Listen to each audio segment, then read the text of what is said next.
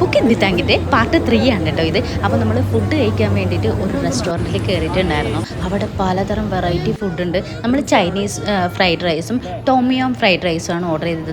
വാങ്ങിച്ചിട്ടുള്ള റവഗാമ ഞാൻ ടേസ്റ്റ് ചെയ്ത് നോക്കുക കേട്ടോ. നല്ല ടേസ്റ്റ് ഉണ്ടായിരുന്നു. ഇതൊരു ചിക്കൻ്റെ ആണോ ഫില്ലിങ്സ് ഒക്കെ വരുന്നത്. അതിലേക്ക് നമ്മൾ ഫുഡ് വന്നിട്ടുണ്ട്. ഇത് ചൈനീസ് ഫ്രൈഡ് റൈസ് ആണ്, ഇത് ടോമിയോ ഫ്രൈഡ് റൈസ് ആണ്.